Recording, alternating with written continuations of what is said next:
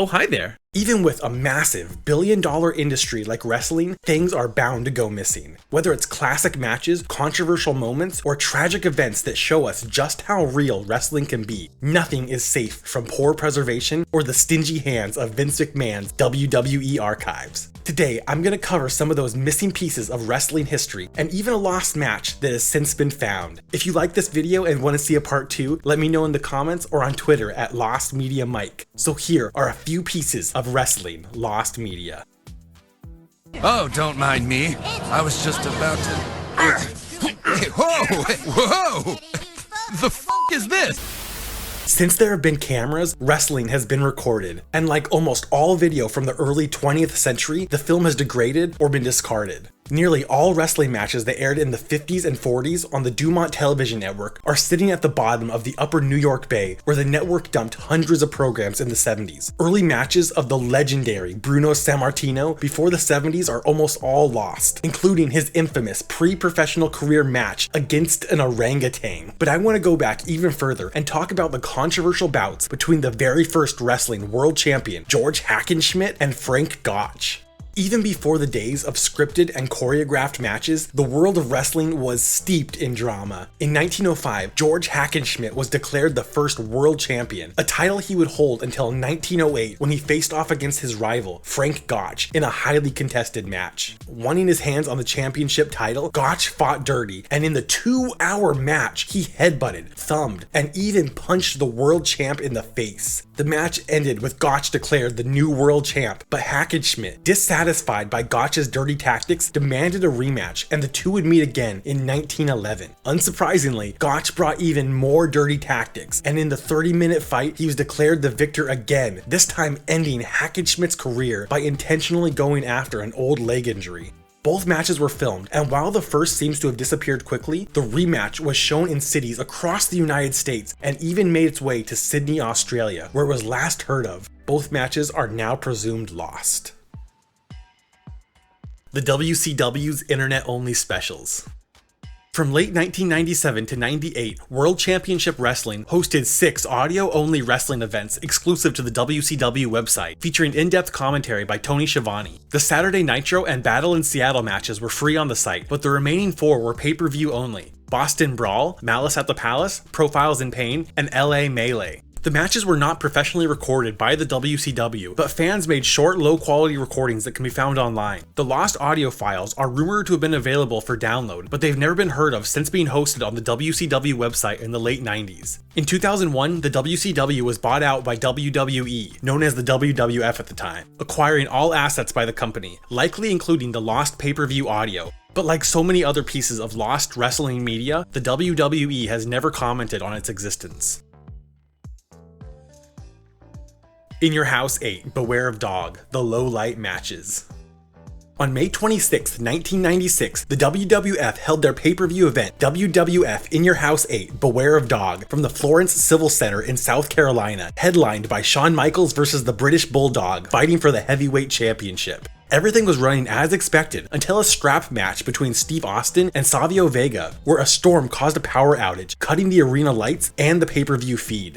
Being a businessman, Vince McMahon ordered the show to go on under the low light of a backup generator and recorded everything on battery-powered cameras, but the pay-per-view feed couldn't continue. 3 matches would unfold in the dim conditions: Stone Cold Steve Austin versus Savio Vega, Vader versus Yokozuna, and Goldust versus The Undertaker. Just before the headliners made their entrance, the power and feed came back. After reviewing the footage of the low-light fights, the WWF deemed them to be below their quality standards, and they have never been released. 2 days after the low-light matches, the event was redone at the North Carolina Coliseum during the taping of WWF Superstars, free to the jilted pay-per-view audience from the previous match. This time around, the outcome of the matches were different, and to this day, only a few videos of the low-light matches have emerged. The Plane Ride from Hell. After their 2002 European tour, members of the WWF were flying home from the UK to the US. The flight was delayed by an hour, so the gang of wrestlers and their management did what they do best: get rowdy. The legendary flight has since become known as the Plane Ride from Hell. Some of the antics that ensued on the transatlantic flight include Kurt Hennig and Brock Lesnar starting an impromptu match mid-flight, ending with the duo nearly running through the emergency exit before being separated. Dustin Rhodes serenading his ex-wife Terry Reynolds before being forced to stop, Ric Flair harassing flight attendants, and Agent Michael Hayes punching Bradshaw, causing Sean Waltman to retaliate by cutting Hayes' mullet while he was sleeping. Jim Ross, formerly of WWE's Ross Report, wrote about the flight, saying that only a handful of wrestlers caused all the problems, likening them to children whose parents were away and left the liquor cabinet unlocked. While the infamous mid-air episode wasn't recorded, while leaving the airport, wrestlers were photographed by multiple paparazzi. Among the gems are reportedly photos of Razor Ramon being rolled out in a wheelchair, incapacitated from all the alcohol. For some reason, these beautiful photos that any paparazzi can make easy money from have never surfaced, and no one knows what happened to the only evidence of the plane ride from hell. Bret Hart screwed Bret Hart. Screwed, the Bret Hart story. Bret Hitman Hart, The Best There Is, The Best There Was, and The Best There Ever Will Be was a 2005 documentary detailing the life and career of Bret Hart. Hart worked with the WWE, providing hours of interviews, and was generally happy with how it turned out, but things were nearly very different. Tensions between Hart and WWF owner Vince McMahon reached their peak in 1997 after the infamous Montreal Screwjob. Hart, the reigning WWF champion at the time, was set to leave the league for their rivals, the WCW. At 1997's Survivor Series, Hart agreed to essentially tie with Shawn Michaels, but McMahon wanted Bret to lose since he was leaving the WWF. He conspired with ref Earl Hebner, and in an unscripted event, Hebner called the match in Michaels' favor, stripping Hart of the title before leaving the organization. This event, along with the accidental death of his brother Owen Hart in 1999, left Bret on bad terms with the WWF. When it came time to make a documentary about Bret, the WWE originally filmed a smear piece called Screwed, the Bret Hart story, featuring interviews from Hart's rivals like Jerry Lawler, Hulk Hogan, and of course Shawn Michaels. Hart was eventually contacted by McMahon, who wanted him to take part in the doc. Hart agreed on the condition that it would give him a fitting tribute to his career. Hart would later say that he believed Screwed was a ploy to get him to participate, basically, get on board or we'll run you over. The negative interviews were replaced with positive ones, and since the making of the doc, Hart's relationship with the WWE has improved, and he's made amends with his fellow wrestlers. At WrestleMania 26 in 2010, Hart finally got his revenge on McMahon for the Montreal Screwjob. Bret Hart versus Tom McGee. In the 80s, Hulk Hogan was on top of the world, but McMahon was looking for his replacement, and in 1986, he thought he found him.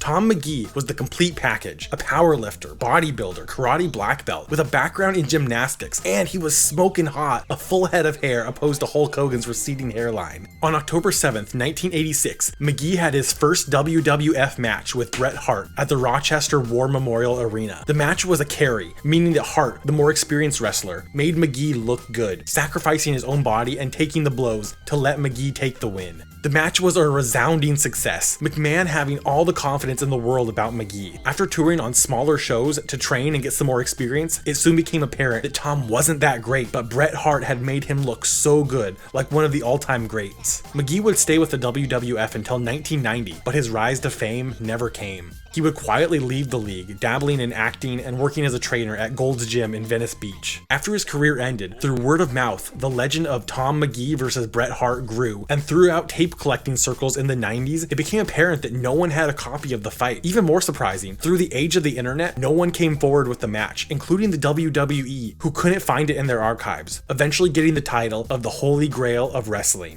In 2019, wrestling photographer Mary-Kate Anthony was digitizing the works of Bret Hart when she came across the lost tape. On May 13th, 2019, the WWE aired the documentary Holy Grail, the search for the WWE's most infamous lost match, finally showing the fight to the public for the first time in over 30 years. He got a bicycle! Who would be riding a bicycle in this arena? Jake the Snake Roberts DDT's Hulk Hogan. We cannot talk about the holy grails of lost wrestling without bringing up the snake pit. Wrestling usually follows the typical good versus evil storyline. They make you want the good guy to win and the bad guy to lose. In 80s wrestling, there was no bigger hero than Hulk Hogan, or at least that's what Vince McMahon thought. In 1986, Hogan faced the villainous Jake the Snake Roberts, Before meeting in the ring, they would meet in the Snake Pit, where Jake the Snake would interview Hogan, setting up their feud that was meant to eventually lead to the battle for the WWF Championship. During one meetup in the Snake Pit, the Snake performed his DDT finisher on Hulk, a move that the Snake himself popularized. To McMahon's shock, the crowd cheered for the villainous Snake rather than the man the league was making millions on in merchandise off as a hero. McMahon would allow the two to fight in a handful of matches, but after fans constantly cheered for the villain, the rivalry was cancelled, even though the two were selling out the house. Some of the Snake Pit footage has been released, but the footage of the Snake DDTing Hulk Hogan in the Snake Pit has never been released. According to Roberts, the lost segment has Hulk Hogan comparing his arms, that he called pythons, to the real pythons in the Snake Pit, before getting a DDT performed on him. Each of their matches featured a Snake Pit scene, but only the Snake Pit scene from the January 4th, 1987 fight in Tucson, Arizona hasn't been released, leading to speculation that this is the fight that had the scene of the Snake performing his DDT. It's believed that only the Providence and Winnipeg areas were shown the lost footage during the original 1987 airing. The Bret Hart Hulk Hogan photo shoot.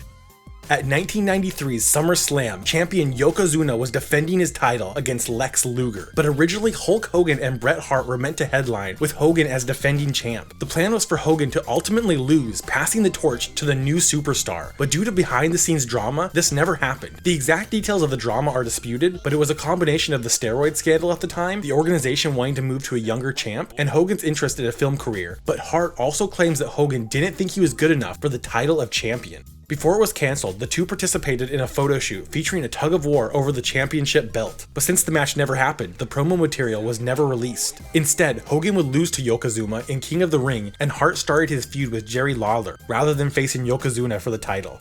Hogan and Hart never faced off in the WWF, but would meet up for the first and only time in the WCW. The lost promo material for the match that never happened might still be in the archives of the WWE, but they've never officially commented on its existence. Didn't invite Cena cause he totally sucks. WWE Smackdown vs. Raw Online.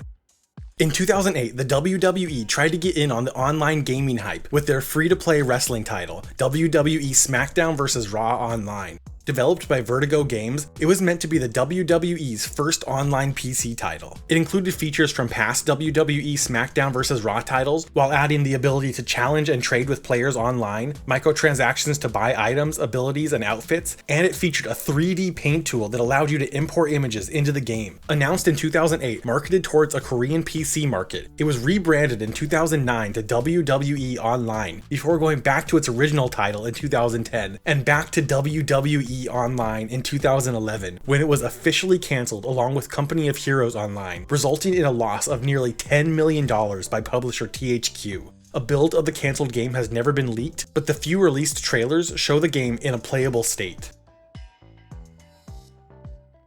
The ECW Fire Incident.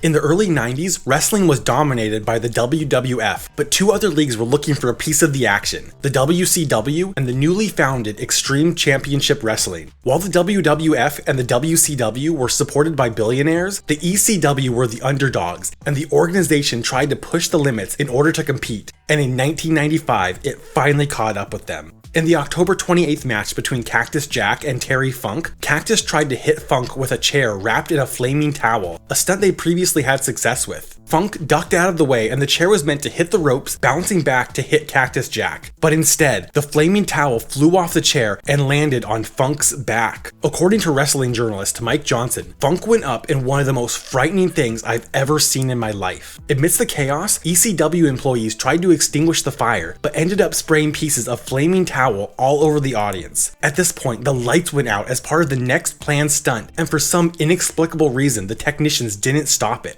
As any reasonable person would do, as a man goes up in flames, with fire and ash raining down as the lights go out, everyone bolted for the exit. When the dust settled, no one was severely injured, and the ECW vowed to never use fire again. Likely due to the terrifying nature of the video, and to not further embarrass the company, footage of the match has never been released, and is said to have been destroyed.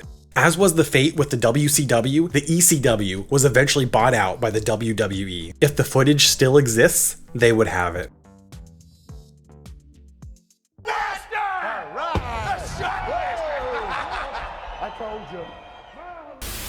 WWF Smackdown, Draws vs. D'Lo Brown. It's always thrown around that wrestling is fake, and any wrestling fan can tell you that's not entirely true. Wrestling is obviously staged. The matches are highly choreographed, and both the drama and winner are predetermined, but there is nothing fake about the life-threatening stunts these professional athletes pull off, and this was evident to anyone in the audience at the October 5th, 1999 WWF SummerSmackdown match between Draws and D'Lo Brown. In the final minutes of the match, D'Lo performed his signature running powerbomb, but he couldn't get a solid grip on Draws, resulting in the combined weight of the wrestlers, 548 pounds, placed entirely on Draws' neck, fracturing 2 vertebrae, paralyzing him, and ending his career. Draws was rushed to the hospital where he quickly received life-saving surgery, but he was left a quadriplegic. Draws doesn't blame D'Lo Brown for the incident, admitting that his own shirt was too loose for Brown to get a good grip on, and the two are still friends to this day. The event was filmed days before airing, and D'Lo vs. Brown was excluded, having been withheld, kept in the WWE archives, marked never to view, copy, or destroy. The only footage we have comes from the WWE PSA Don't Try This at Home that briefly shows an injured Draws being tended to. Luckily, since his injury, he's regained the use of his upper body and arms and still works with the WWE. WWF's Over the Edge, the death of Owen Hart. Part of the Hart wrestling dynasty, along with his father Stu Hart and brother Bret, Owen Hart was a huge star in the world of wrestling, regarded as one of the sport's greatest athletes. On May 23, 1999, at the WWF's Over the Edge event at the Kemper Arena in Kansas City, Missouri, Owen was set to face off against the Godfather. Donning his blue blazer persona, Owen would attempt to enter the ring from the rafters, being lowered onto the stage. The stunt had previously been tested, but using a different hardness configuration, and on this fateful night, one of the cables malfunctioned, dropping Hart from over 70 feet, chest first onto the top rope of the ring. He was rushed to the hospital, but declared dead 13 minutes after arrival. Following a 15-minute delay, the Over the Edge event continued, and an hour later, Jim Ross announced that Hart had died from his injuries. During the tragic fall, the live pay-per-view audience were watching a pre-recorded interview of Hart as the Blue Blazer. By the time the cameras cut back to Hart, he was already being attended to, with Jim Ross and Jerry Lawler explaining to the audience what had happened. Out of respect, cameras were pointed away from Hart while he was being attended to by the paramedics. The footage of Owen Hart's death has never been released for obvious reasons. According to announcer Kevin Kelly, the footage is held at the WWE archives in Stamford, Connecticut, marked never to destroy, view, or duplicate. Thank you so much for watching. Let me know if you liked this video enough for a part 2 by leaving a like and letting me know in the comments or on Twitter, where you can leave your suggestions for other videos you want to see. This is Mike with All Things Lost. See you soon.